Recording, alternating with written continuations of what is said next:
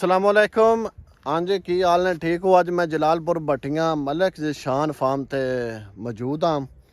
उन्हें एक नवा बी कास्ट किया है, लेकिन अगे असी सुनी दा आया बई किसी एकड़ दे विच 10 किलो बी कास्ट हुंदा है, किसी विच 15 किलो, किसी विच 7 किलो, 8 किलो। लेकिन अज अस बी वेखे वाकई उन्हें एक जिहड़ा विग है ना, यानी 4 कनालों दे विच उन्हें 7 किलो बी कास्ट किया है। वो तुहानू सब तो पहले मैं बी विखाना ते मुड़ तुहाडी मैं गल कराना इस मलिक जिशान नाल। जाए ये बी कास्ट किया है, उन्हें बी कित्थों लिआंदा है, इस बी का नाम की है।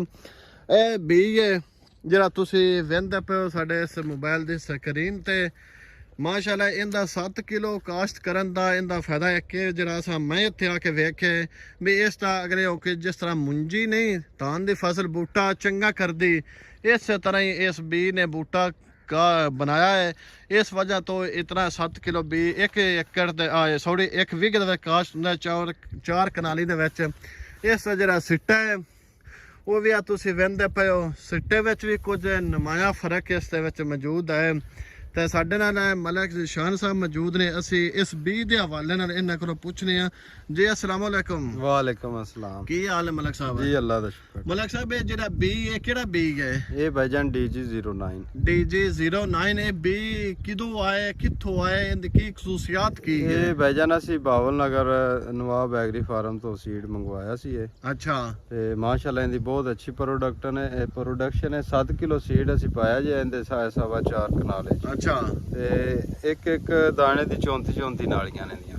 बाकी कोई बंदा आए अपना विजिट करे। एक बूटा विकाओ, बूटा मैं फद चुनना है लेकिन गिनना तुसा है। चलो ठीक है। ते हां जी मिठियो ए हुन बूटा ए दोन मैं बूटा विखाना ए मलिक साहब ए बूटा गिन के सन दियो।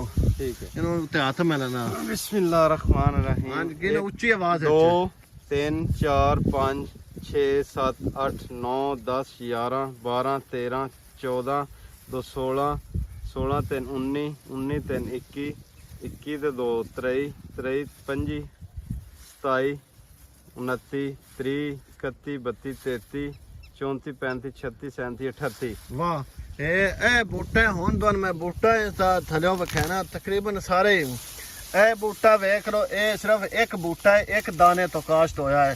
ते ए भी एक दाने तो ए भी एक दाने ए भी एक दाने। कोई जरूरी नहीं भी ये हर बूटा हर दाने भी इसका जरा कोई 30 या 40 होने, क्यों जिथे भी इसका कुछ सगना कास्ट होया उत्थे कुछ घट है। नहीं तो जी औसत न फी बूटे की 10 दिन 20 ते 22 इस तरह ही है। औसत ਜਿਹੜੀ ਹੈ ਨਾ औसत ਅਸੀਂ ਜਿਹੜਾ ਇਹਦਾ ਤਕਰੀਬਨ ਕਾਫੀ ਦੋਸਤਾਂ ਵੀ ਆ ਕੇ ਤਜਰਬਾ ਕੀਤਾ ਉਹ 30 ਦੇ ਥੱਲੇ ਨਹੀਂ ਆਈ। 20 ਤੋਂ 22 ਨਹੀਂ ਥੱਲੇ ਆਈ। ਨਾ 30 ਤੋਂ 25 ਤੋਂ 30 ਦੇ ਦਰਮਿਆਨ ਦਾ ਹੀ। ਤੇ ਜੇ ਅਗਰ ਇਸ ਤਰ੍ਹਾਂ ਅਸੀਂ ਤੁਹਾਨੂੰ ਵਿੱਚੋਂ ਜਲ ਕੇ ਵਿਖਾਈਏ ਕਿਉਂਕਿ ਨਾ ਇਹਦਾ ਤਾਂ ਸੱਚੇ ਮੌਸਮੀ ਅਸਰਾਤ ਕੀ ਹੁੰਦਾ ਹੈ? ਕੋਈ ਮੌਸਮੀ ਅਸਰਾਤ ਨਹੀਂ ਇਹਦੇ ਤੇ।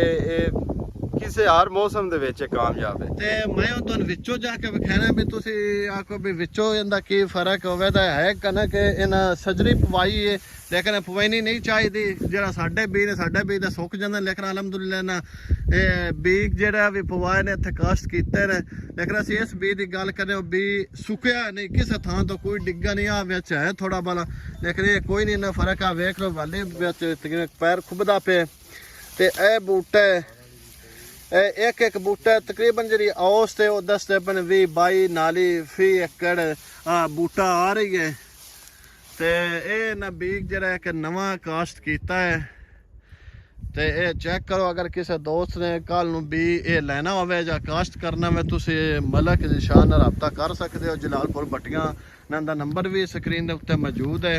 ये तुसा बी तजर्बे तौर कास्ट किया है अपने वास्ते या इसनूं अगर तुसी सेल कर सो? भाईजान ਅਸੀਂ ਤਜਰਬੇ ਤੌਰ ਕਾਸ਼ਤ ਕੀਤਾ ਤੇ ਅਗਰ ਕਿਸੇ ਦੋਸਤ ਨੂੰ ਚਾਹੀਦਾ ਹੋਵੇ ਤੇ ਉਹਨਾਂ ਨੂੰ ਮਿਲ ਵੀ ਜਾਏਗਾ। जे किसी दोस्त नूं अगर कल नूं कोई बीज चाहिए होवे काश्त करना होवे ये तुसी ले सकते हो। फी 4 कनाल है भी इस नूं 7 किलो बी पैंदा है। ते अच्छा जे 7 किलो दे नाल बी नूं पाइए उस ते दूजा खर्चा खाद दा किन्ना कुछ होंदा? कोई दूसरा खाद भी होनी जिन्नी आम रूटीन है साडी कणक दूसरी पाउंदी फी एकड़। हां जी ਉਹਨੇ ਹੀ ਖਰਚਾ ਬਿਲਕੁਲ। ਅਸੀਂ 1-10 ਰੁਪਏ ਵੀ ਇਹਦੇ ਤੇ ਵੱਧ ਨਹੀਂ ਜਕੀ। ਨਹੀਂ ਮਤਲਬ ਵੀ ਥੋੜਾ ਸ਼ਾਇਦ ਖਾਦ ਵੀ ਥੋੜੀ ਪਵੇ। ਨਹੀਂ ਜਿੰਨਾ ਮਸਲਨ ਆਮ ਰੂਟੀਨ ਹੈ ਦੂਸਰੀ ਗੰਦਮ ਦਾ ਖਰਚਾ ਹੈ ਨਾ ਜੀ, ਉਹ ਉਹਦੇ ਨਾਲੋਂ ਇਹਦਾ ਥੋੜਾ ਕਮ ਹੀ ਹੈ, ਜ਼ਿਆਦਾ ਨਹੀਂ ਹੈ। ਠੀਕ ਹੈ ਜੀ, ਤੁਸੀਂ ਇਸ ਦੀ ਗੱਲਬਾਤ ਸੁਣੀ ਹੈ ਸਾਰੀ, ਤੇ ਕਿਸੇ ਦੋਸਤ ਨੇ ਕੱਲ ਨੂੰ ਬੀਜ ਚਾਹੀਦਾ ਤੁਸੀਂ ਮਲਕ ਦੀ ਸ਼ਾਨ ਨਾਲ ਤੁਸੀਂ ਰਬਤਾ ਕਰ ਸਕਦੇ ਹੋ।